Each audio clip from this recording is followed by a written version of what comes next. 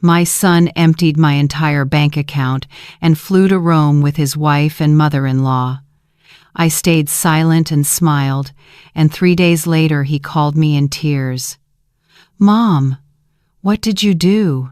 That was the moment I knew my revenge was complete.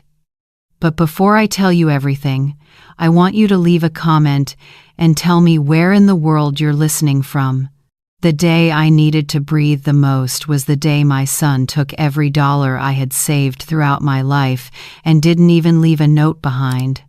I sat still in the old fabric-covered chair I'd bought when Julian was 7, with the first money I ever earned washing clothes for other people. In front of me, my phone lit up with a message that froze my blood. Available balance, $0. I read it again and again. My hands trembled not from age, though I was 68, but from the kind of pain that crushes you from within, when your mind already knows the truth but your heart refuses to accept it. I called the bank. First a machine, then a real employee came on the line. They said the transactions were made online, multiple transfers, totaling over $80,000. My life's work, my safety, my only stability gone. "Where did all that money go?" I asked, my voice rough, as if I already knew but needed to hear it out loud. "To an account under the name Julian Vargas, ma'am," the employee replied flatly. "Would you like to report it as fraud?" I didn't answer. I hung up. The house fell into silence.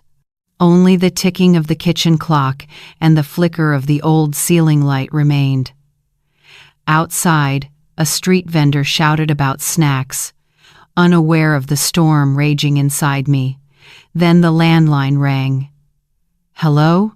I said softly. "Donna, have you seen Julian's Instagram?" came my neighbor Martha's cheerful voice. "He's in Rome, honey, eating pasta with his wife and her mother. My goodness, living like a movie star." I swallowed hard, my chest tightening. I walked to my room, opened the drawer, grabbed my old cell phone, and found my son's profile.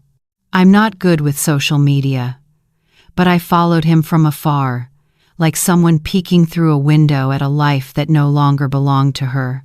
And there he was, Julian, the only son I bore in pain and raised alone after his father left with another woman. The same boy I once gave everything for, even the land my parents had left me, so he could study. In the pictures, he wore a white shirt, holding a glass of wine, smiling brightly, with his wife Pamela and her mother Sophia, who'd always looked at me with disdain. The caption read, "Rome New Beginnings. I deserve this," Pamela commented. "Good things are worth the wait. Thanks, my sweet mother-in-law," followed by a $sign emoji. I didn't cry, didn't scream, didn't break anything. I just stood there, phone in hand like a burning coal, and smiled faintly. A strange smile, as if I had just understood something I'd been avoiding for years. Across the ocean, under Rome's cloudy sky, Julian raised a glass of expensive wine and laughed without guilt. "See," Pamela said, "I told you, taking her money was a great idea. She's old anyway. Better we use it before she wastes it on hospital bills." Sophia laughed bitterly. "That hillbilly woman probably doesn't even know what an airplane is. That money was useless in her hands." Julian said nothing, staring toward the Colosseum, a knot twisting in his chest. Still, he stayed quiet, the same way he did as a child when he was hungry and I used to whisper, "Hold on, son, tomorrow I'll find a way." That night, my house looked older than ever. Everything was in its place, but warmth had left. On the shelf were Julian's childhood photos, the day he started preschool, his first school uniform, his college graduation. My entire life revolved around him. When he turned 18, I sold my engagement ring to pay his tuition. At 23, I gave him my inherited land. At 30, I helped fund his wedding. Even though Pamela never liked me, I cooked for him, washed his clothes, cleaned his home, and watched him drift further away. "Mom, you don't understand this world," he once said. "Things are different now. Pamela and I have big plans. Don't worry, you're always in my heart, but you can't hold on to me forever." A week before I found out about the betrayal, I brought him cornbread. I rang the doorbell. No one answered. I waited 2 hours under the blazing sun until the security guard came over. "I'm looking for Julian Vargas. I'm his mother." He hesitated.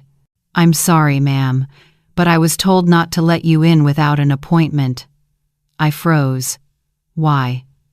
"I don't know, ma'am. Just following orders." I walked home. I wanted the hot, dusty wind to slap my face awake. I thought about every meal I skipped to save money, every night I stayed up working, every penny I'd set aside for my son. That evening, Martha brought me cake and coffee. "Donna, you're strong. Don't let this break you. Julian's young. One day he'll regret it." I looked up, voice rough. "Do you think children ever really regret?" "Yes, when they lose their mother, that's when they finally do." I pressed my lips together. "I just hope when he realizes it, it's not too late." "What are you going to do?" Martha asked. I met her eyes. There was something new in mine. "I'll smile just like they taught me." "Smile?" she said, surprised. "Yes, I've cried enough. Now I'll smile in silence, because I have nothing left to lose." And when a woman has nothing left to lose, she becomes dangerous. Meanwhile, in Rome, Julian had just stepped out of the shower when he heard Pamela on the balcony whispering into her phone. "Yes, it's done. The old lady doesn't suspect a thing. The money's here. Tomorrow we'll open an account in Spain and dump Julian. He thinks we're on his side, idiot." Julian froze, cold water running down his shoulders, his chest tightening. He said nothing, went back to bed, and lay beside Pamela, who was pretending to sleep. In my little house in Chicago, I made a cup of chamomile tea and opened my old notebook, the one where I used to write recipes I never got to try. My hand trembled as I wrote, "This isn't the end. It's the beginning of silence, and this silence will hurt more than any scream." I closed the notebook and slept peacefully, without tears. And somewhere across the ocean, in a luxury hotel room in Rome, Julian got a message. "Account locked due to suspicious activity." He stared at the screen in disbelief. That was the first crack, and he didn't yet know that in silence, I had already begun to act. Sometimes pain doesn't scream. It just waits, watching quietly, for the right moment to strike back. At sunrise, I woke up to the usual stiffness in my hands, but inside, I felt younger, not because of anger or sadness, but because of something stronger: resolve. I boiled water, watching the blue flame on the stove, remembering being 14, cleaning houses to survive. My hands raw from detergent, my hair tied messily, no one waiting for me at home. My father had left with another woman. I didn't cry. I swallowed my tears and went back to work the next morning. At 17, I got pregnant with Julian. His father promised to marry me, then vanished the moment he learned it was a boy. I bit my lip, put on my coat, and looked for extra work. I carried my baby on my back while washing other people's clothes, teaching him to play with bottle caps because we couldn't afford real toys. No television, only my lullabies. Julian was my whole world. When he was 6, one of my clients offered to pay his school tuition if I agreed to work full-time.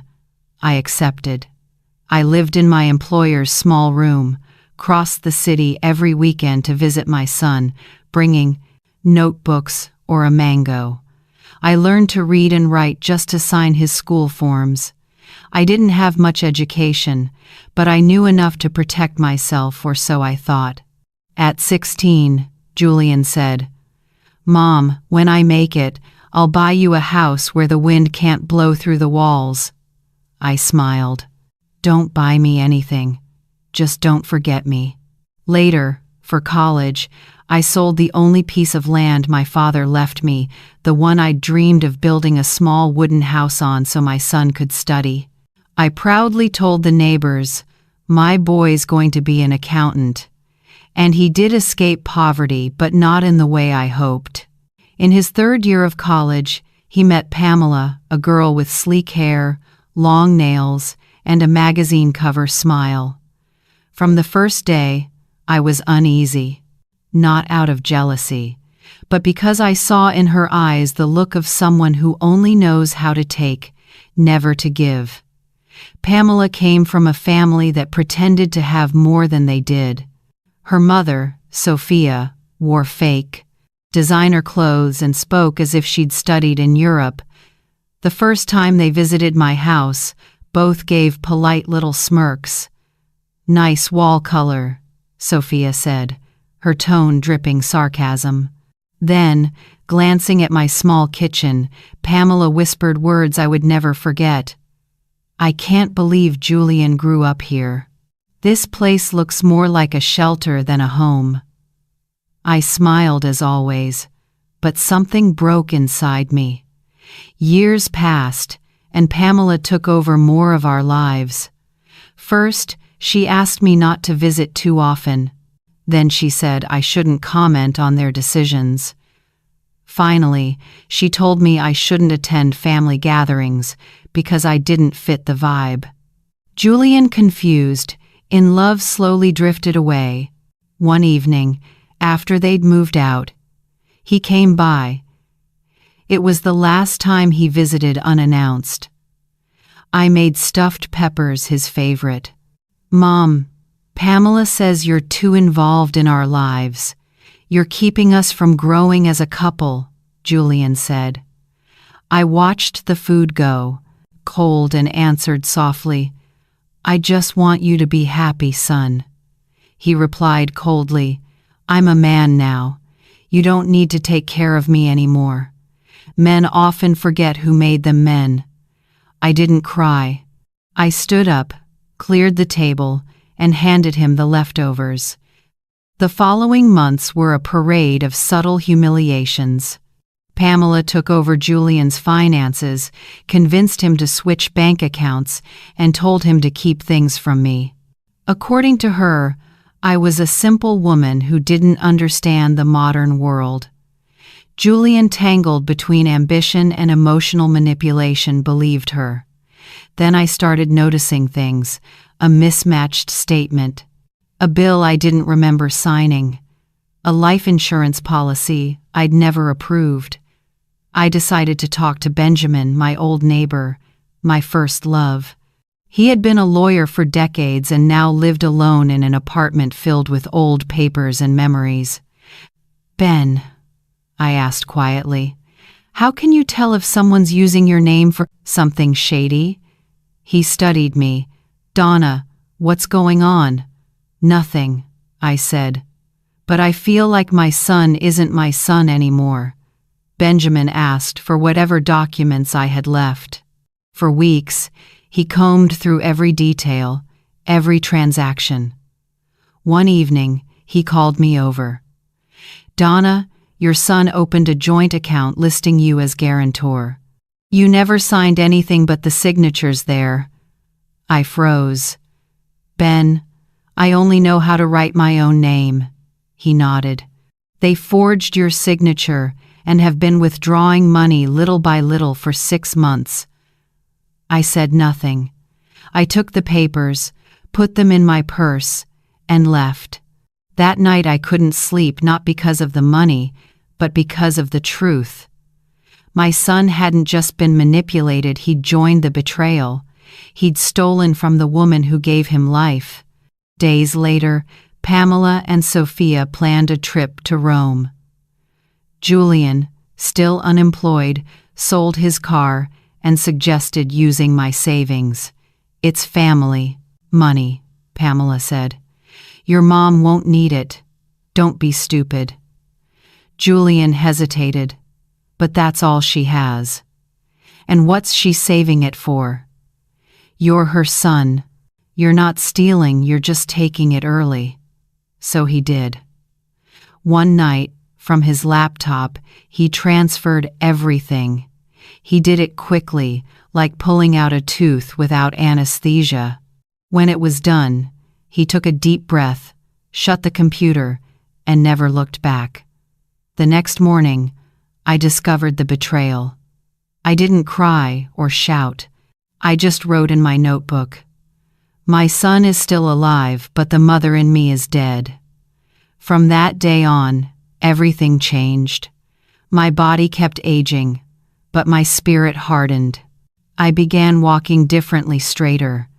I made phone calls, sent emails, visited offices. Something was forming in the quiet. While Julian strolled through Rome's cobblestone streets believing he had won, I was in Chicago, weaving a net to take back everything they'd stolen. Pamela was already planning to disappear without a trace. But she didn't know I was no longer the fragile mother they'd used. That woman was gone. In her place stood a wounded but awakened mother. And when such a mother awakens, there is no hell she won't walk through. The betrayal no longer hurt. What ached now was the certainty of having been erased, as if I'd never mattered. But I refused to vanish quietly, because a mother's silence can be deadly. I didn't speak, not then, not later. My silence had changed. It was no longer the silence of despair, but of focus, of calculation. Words no longer held meaning. When a mother realizes she has been replaced by a mask, she doesn't scream, she transforms. Julian didn't notice, or maybe he chose not to. He was too busy living the glamorous life he had always dreamed of, a life with no scent of freshly washed clothes, no soft "my son" in the morning, but instead a polite "sir." A life clean, elegant, and utterly empty. Pamela slipped into his world as if she had always belonged there. Julian was enchanted by the way she spoke, the way she walked in her high heels, and the way she carried herself as though the world was hers. But behind the dazzling smile and carefully edited photos was a cold and ruthless mind. Pamela knew exactly what she wanted, and she wanted it immediately. A name, a title, an account, and a man to sustain her deception. At first, her jabs were disguised as jokes. "Honey, why does your mother have to meddle in everything? I don't want our kids growing up in a mentally poor environment," she said while painting her nails. Julian forced a smile. "Mom just has trouble letting go, that's all." Pamela gave a thin smile. "That's not love, it's pity disguised as virtue. Women like your mother think they're saints for raising children alone, but their past doesn't give them the right to drag others down. I won't let that happen to you or our children." Gradually, Pamela decided when they could visit me, then used busyness as an excuse, then insisted on meeting only in public places, and finally refused to step into my house, saying she didn't feel comfortable because of the musty smell. Julian obeyed. Whenever I asked why they rarely visited, he just bowed his head. "You know how it is. Mom work, weddings, so much going on." I nodded, but the innocence in my eyes was gone. I started piecing things together, like stitching a torn bag with bare hands. Then Sophia, Pamela's mother, began to interfere, never directly, always with polite words sharp enough to cut. "Mrs. Donna, I hope you don't mind me saying this, but have you thought about moving to a better neighborhood? This place isn't safe for someone your age. With the money you have, you could buy something more decent." I looked straight into her eyes, silent, unblinking. In that moment, I understood they didn't want me far out of concern. They just never wanted me near. One Sunday, during a lunch Pamela hosted, I decided to speak privately with my son. When Sophia went to the bathroom and Pamela was absorbed in her phone, I looked at Julian with a familiar gaze, though my voice was different. "Are you sure this woman is right for you? Do you see the way she looks at you when you're not watching? Or the way she talks about me?" Julian swallowed hard. Pamela lifted her head. Sophia stepped out of the bathroom. The air changed completely. Then Julian shouted, "Enough! You're just jealous because I have another woman in my life now. You won't say it, but you think it. You can't stand that someone else matters to me." I didn't react. I set down my fork, lowered my head, and in that moment, I knew I had lost my son. When I left, no one hugged me. When I got home, I took off my shoes quietly, as if afraid to disturb someone, even though I was alone.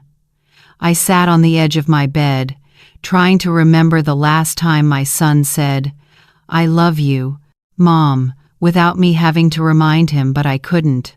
The following weeks were a nightmare disguised as ordinary life. Pamela and Sophia frequently visited Julian's office, bringing him lunch, talking about investments, and advising him to manage his finances more efficiently.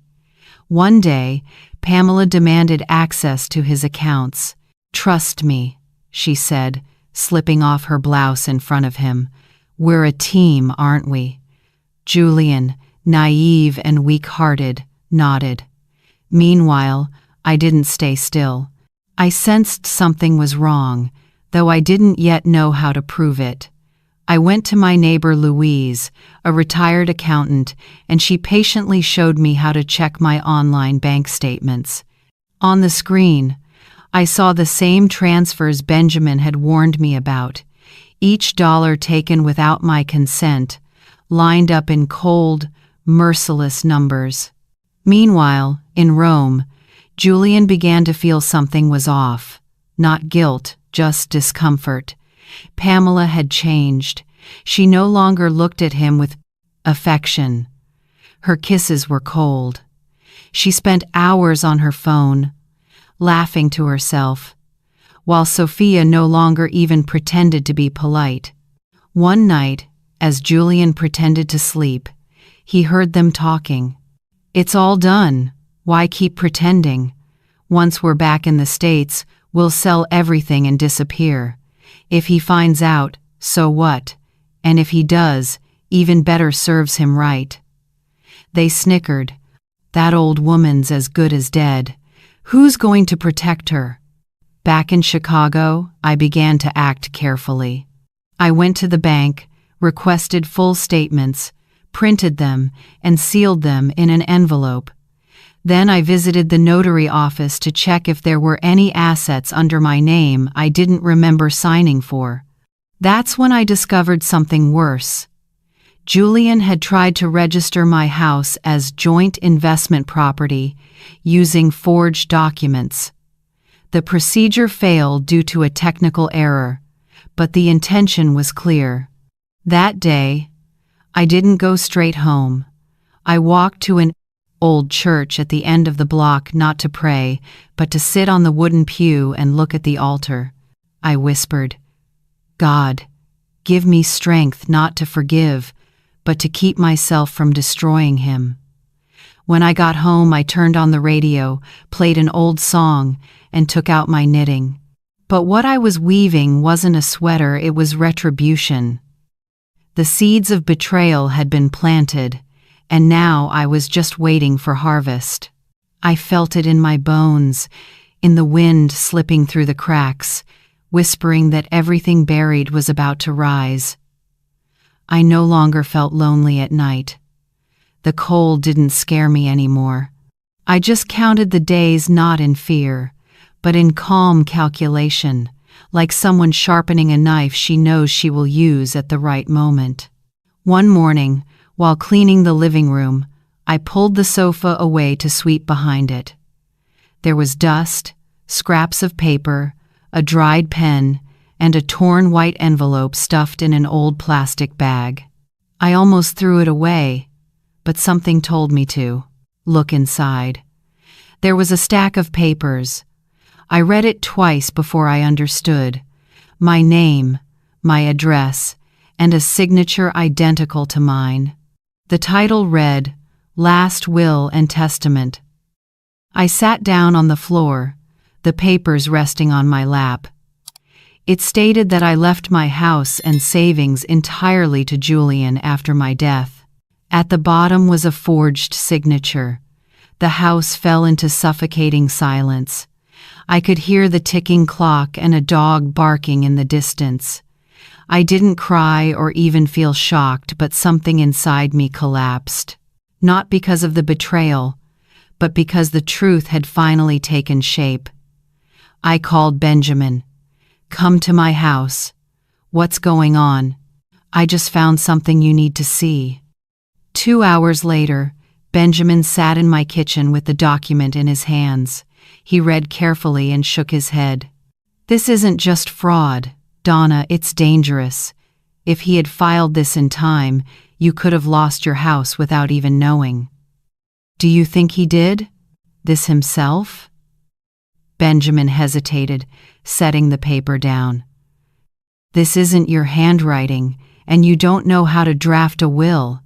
It's clearly fake, but this looks like a draft. If there's a draft, there's intent. I looked at my hands, wrinkled, calloused from years of labor, but still steady. I remembered the day I made the final payment on this house. 30 years of sacrifice, cold meals, worn shoes, stifling heat, cleaning other people's homes just to have a place of my own. I whispered, "He wants to erase me, but with paperwork." Benjamin looked up, unsure whether I was speaking literally or not. The only sound was the bubbling pot on the stove. "What will you do now?" he asked. I smiled a smile Julian would never understand. "I'll bury his lies while he's still alive to see it." Less than 3 days later, I got a call from Dr.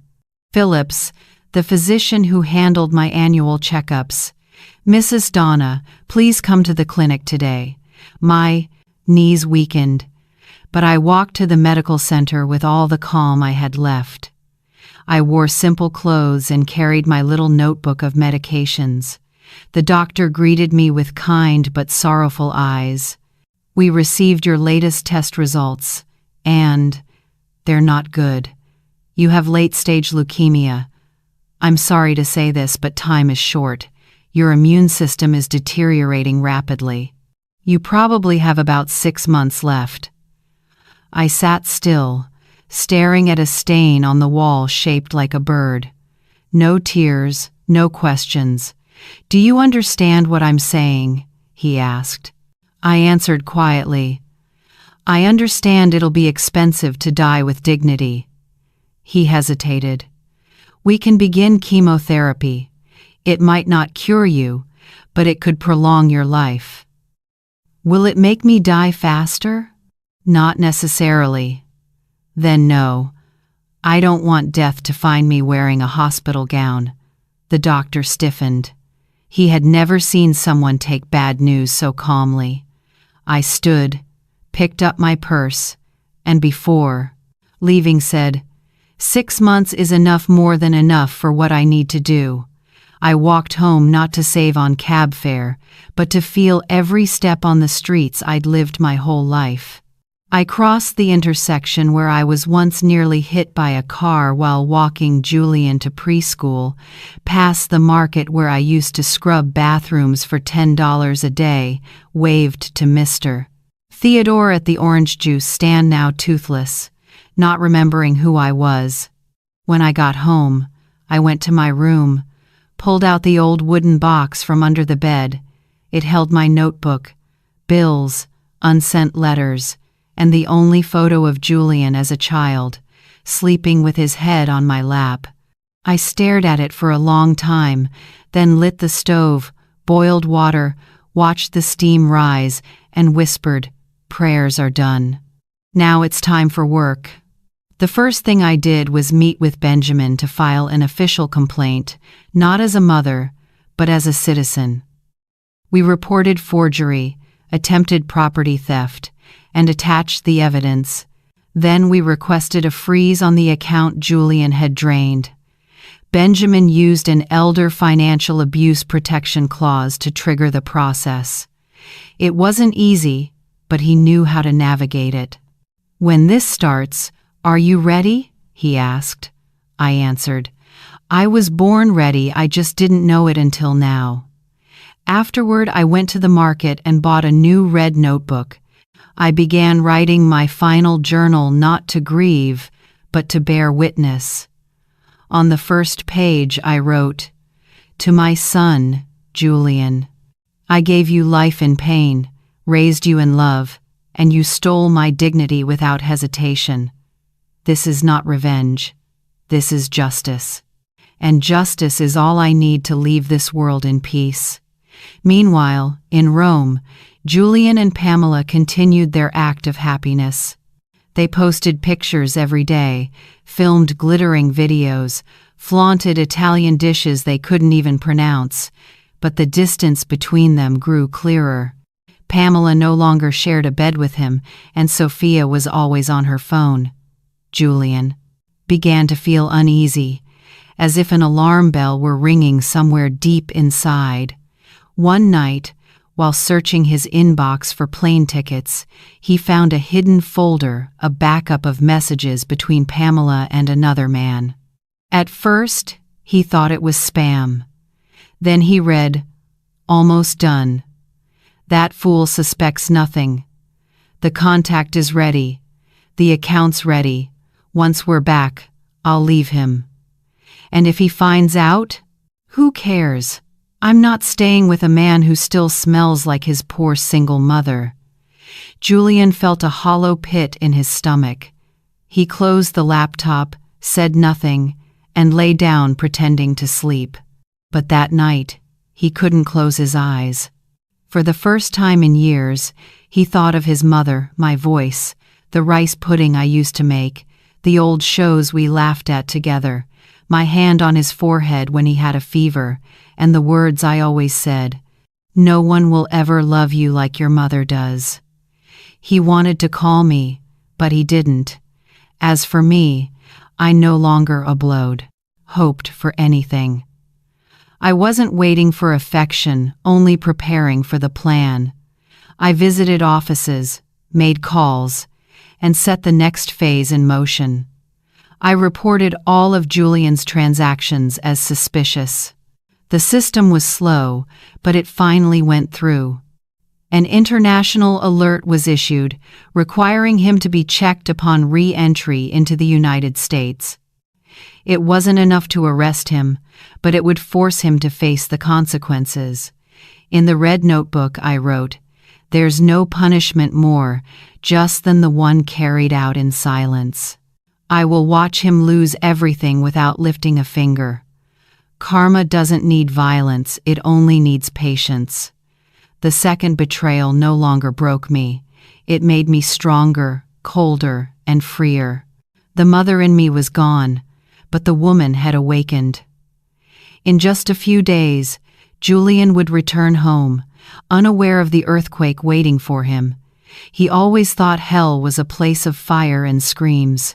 He never realized hell could be as cold as the cobblestone streets of Rome, and as humiliating as a declined credit card in a crowded restaurant. It started when his card failed to scan. Then again, and again. In less than 2 days, he lost everything, no cash, no accounts, standing between two women looking at him like he was a beggar. Pamela screamed in the middle of the street, in front of everyone. "Idiot! What did you do with the money? I told you not to trust that poor old woman. Now you've ruined everything," Julian stammered, unable to explain what he himself didn't understand. He knew all his accounts had been frozen, that his name was now tied to an international financial investigation, and that he had to appear at the consulate the next day. That night, Sophia looked at him with disgust. "I told you, Pamela. This fool can't do anything right.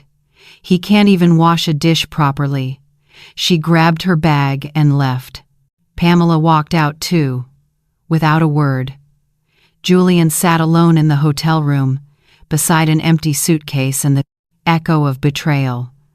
Meanwhile, in Chicago, I was knitting the final threads of my plan, each detail fitting perfectly as if preordained.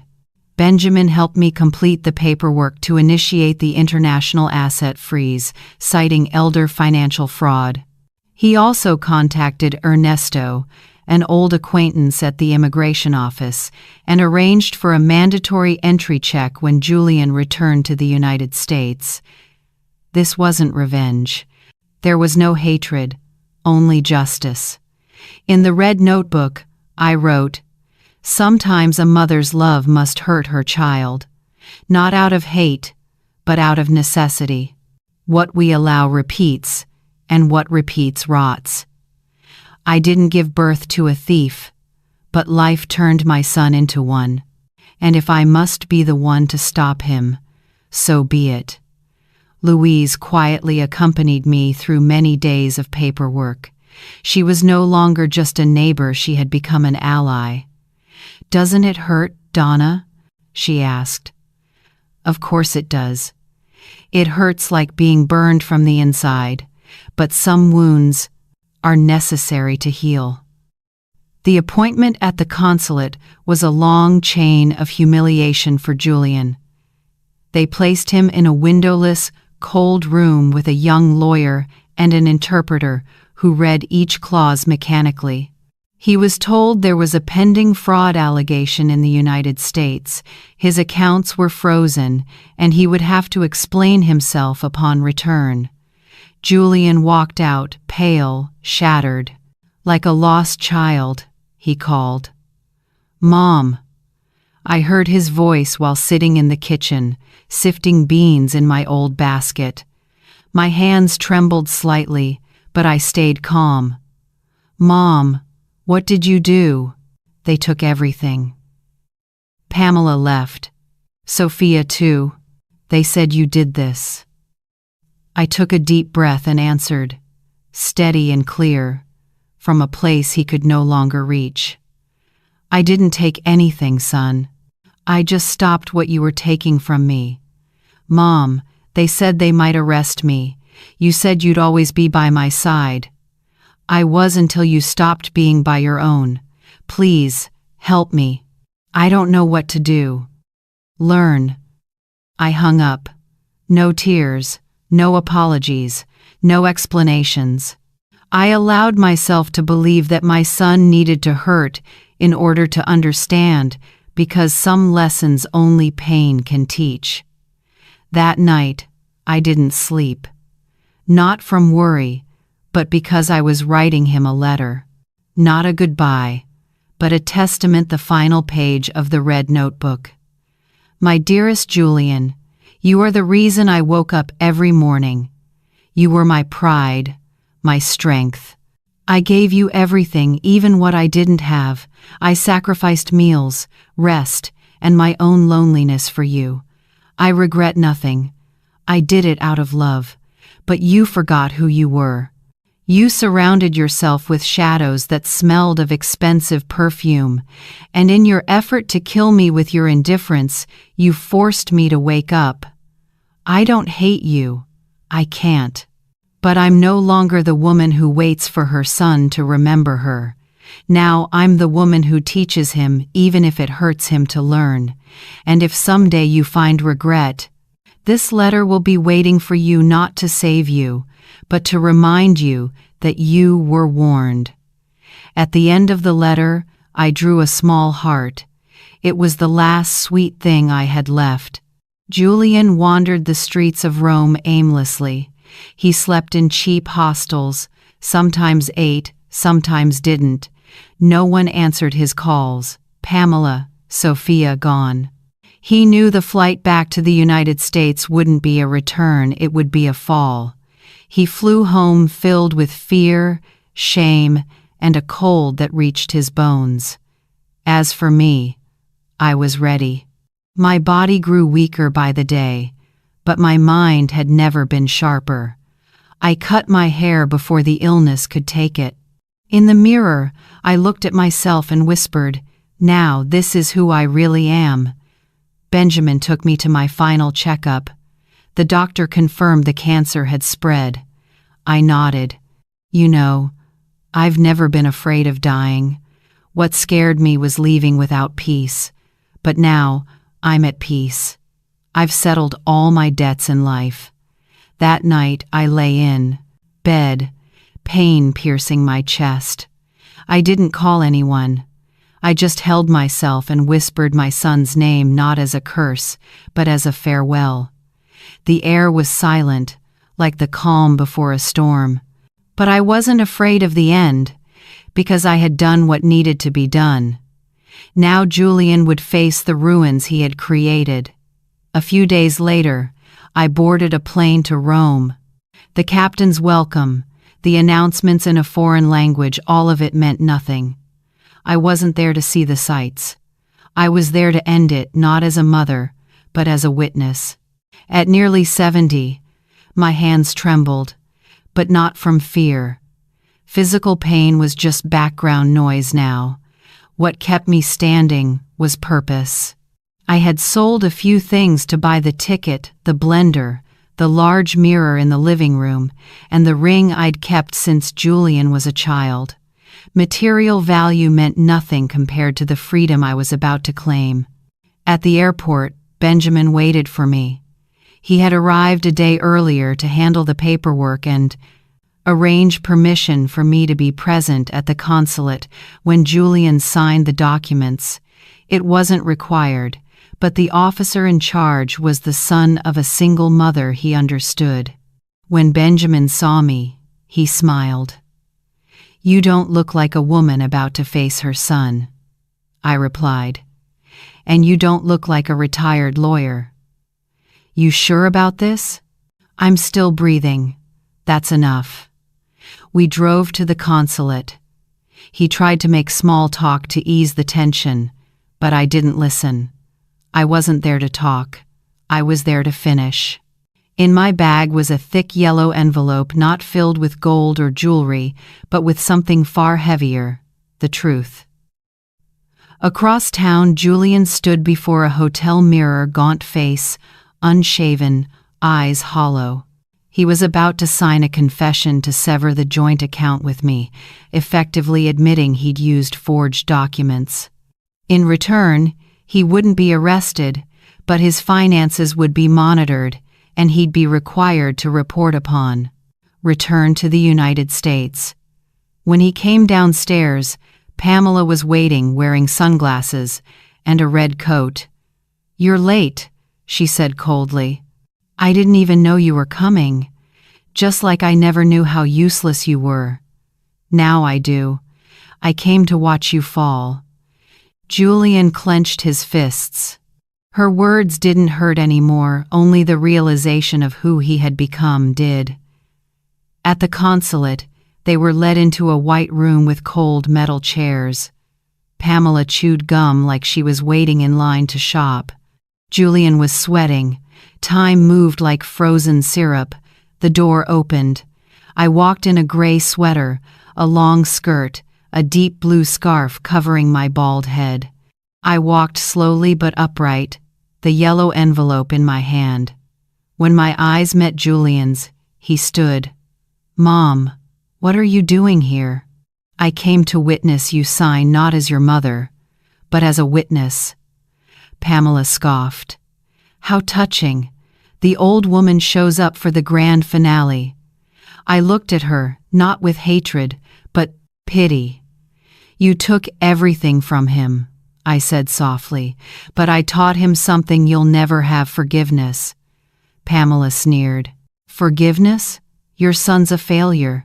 You raised a parasite." I answered, "No, I raised a good boy. You turned him into this and he let you." Julian closed his eyes, voice trembling. "Mom, I don't know when I lost my way." I stepped closer and handed Julian the yellow envelope. "Inside are your photos, the first ones, your first steps, your first words. Even the letter you wrote to Santa Claus asking for a bicycle.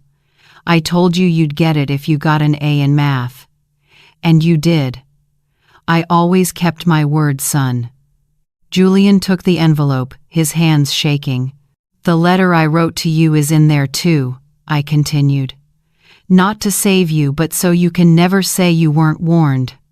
We sat down. The consulate officer entered and explained the procedure. Julian signed. At that very moment, an American tourist of Mexican descent waiting for his passport filmed the last few minutes. In the video, I stood, eyes glistening, and said clearly, "You once were my life, but I was never yours. Now I understand. You weren't born to love me, you were born to make me see myself." The video went viral within hours. Thousands of comments poured in. "This mother is a queen. She taught with dignity, not vengeance. Dignity never gets old." Julian kept his head down, unable to look at anyone. The officer looked at him with pity. "It's done. You can go." Pamela had already left the building without saying a word, gone just as she came, without apology, without soul. On the way back to the hotel, Julian and I walked side by side in silence. At a small corner, he stopped. "Mom, I guess this is goodbye," he said, voice breaking. I looked at him. "I gave you everything, even my silence. Now I'm giving you the one thing you never wanted: the truth. Can you forgive me?" "I forgave you. Long ago. The problem is you haven't forgiven yourself. What can I do now?" "Live, and make what you've done mean something." I turned and walked away slowly. That was the last time I saw my son. That night, in his small hotel room, Julian opened the envelope. The photos were yellowed but intact. The letter, written in blue ink, still smelled faintly of camphor. When he finished reading, he collapsed to the floor, crying like a child. Not from punishment, but from shame. He understood what he had truly lost wasn't money, but the dignity of the woman who had once loved him more than herself. And he realized when justice is born of love, it is the heaviest punishment of all. Julian returned to the United States in silence. No luggage, no promises, no pride. He passed through customs like a shadow, no one to greet him, no one to ask where he'd been. Only the envelope with the childhood photos and his mother's letter in hand. Everything else was gone. The Dallas airport that day looked grayer than ever. The air felt thick, heavy, like the guilt pressing down on his shoulders. Pamela blocked all contact. His mother-in-law erased his name, and former colleagues pretended not to recognize him. He was mocked online, labeled the ungrateful son who stole from his mother to take his wife and mother-in-law on a European trip. Julian wandered through the neighborhood where he had grown up. Everything was the same: cracked sidewalks, graffiti-covered walls, vendors calling out in the afternoon, but inside him, nothing was the same. Every corner echoed with a memory, a voice, a reproach. Passing by his old school, he remembered the mornings when I held his hand on the way to class, wearing my faded blue apron that smelled of bleach, my shoes worn thin. I used to tell him, "You won't scrub floors like me. You'll have a desk and a suit of your own." And he did, until he lost it all to lies. I came back home, alone, just as I had lived most of my life. The old house had cracked walls, a cold cement floor, and a creaky wooden chair. I felt as though I'd returned to the place I should never have left. Benjamin brought my medicine regularly, Louise cooked soup for me, and neighbors stopped by to check in. Not out of pity, but respect. People said I was the legend of the neighborhood. The children said I had gone to punish the bad guys, or that she's a witch, or even she once fought the mafia. Only a few knew the truth, and they kept it to themselves. I didn't talk much. I listened to music in the afternoons, sometimes sitting on the porch watching the kids play. I smiled at them, gave them candy, and listened to their silly stories. I had found peace again, even as my health slowly faded. The cancer moved slowly, but never stopped. My body grew weaker, my clothes hung loose, and my hands trembled more each day. But I still walked around the house every morning, refusing to let myself collapse. One Sunday morning, Julian stood outside my door holding a bag of pastries. He hadn't slept or eaten all night, but something inside him told him he had to come. He didn't expect me to open the door, he just wanted to see that I was still alive. From across the street, he saw me sitting in my rocking chair, wearing an old sweater, a scarf draped over my shoulders, my face thin but calm. I was smiling at the neighborhood children. One of them handed me a little flower it had picked, and I held the child close as if it were my own grandchild. Julian stood there in silence, his throat tight. He placed the bag by the door and walked away. I didn't look, but I felt him.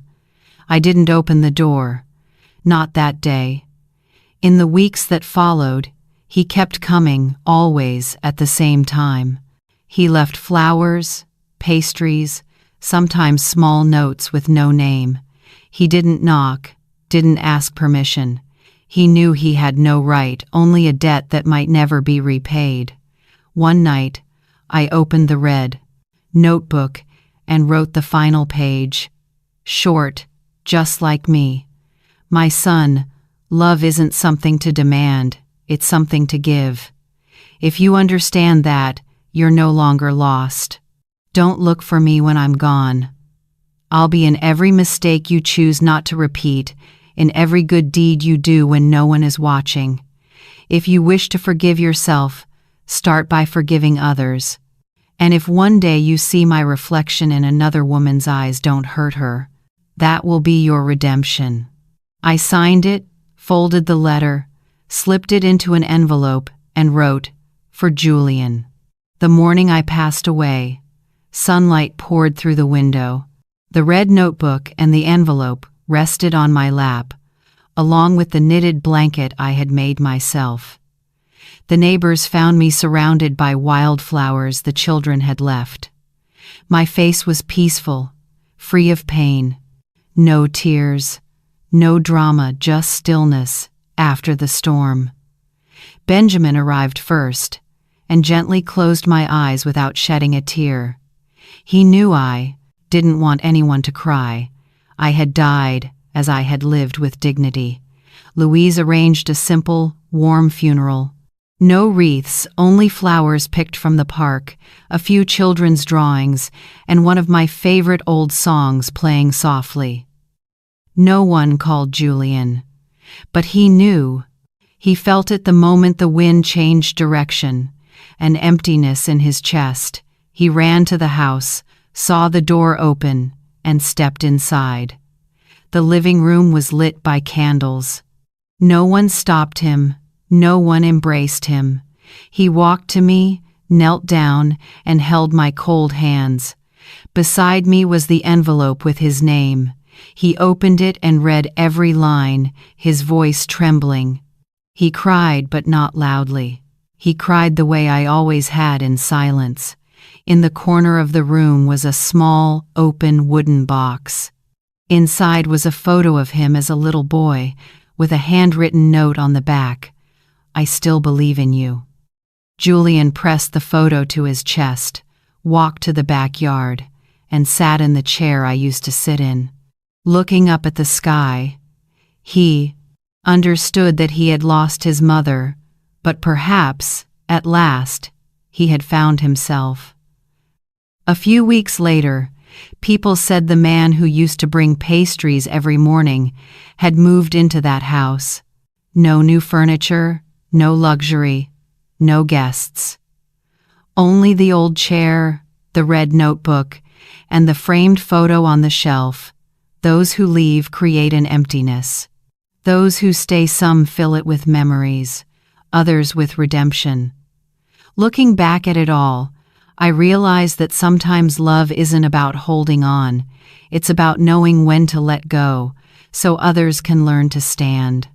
It took me years to understand that being a mother isn't just about protection, it's about teaching your child to take responsibility for their own life. Love, without boundaries, can become a chain that binds both hearts. But when we learn to forgive others and ourselves, we finally become free. If someone in your life has hurt you, maybe the best thing you can do isn't to resent them, but to live in peace, freer than they ever imagined. Because sometimes, peace itself is the most powerful response. And what about you? If you were in my place, would you choose to forgive or to walk away and find yourself again? Share your thoughts in the comments. And if this story touched your heart, I hope you'll stay with me to listen, reflect, and find strength together in the stories to come. Because somewhere out there, each of us is still writing our own chapter.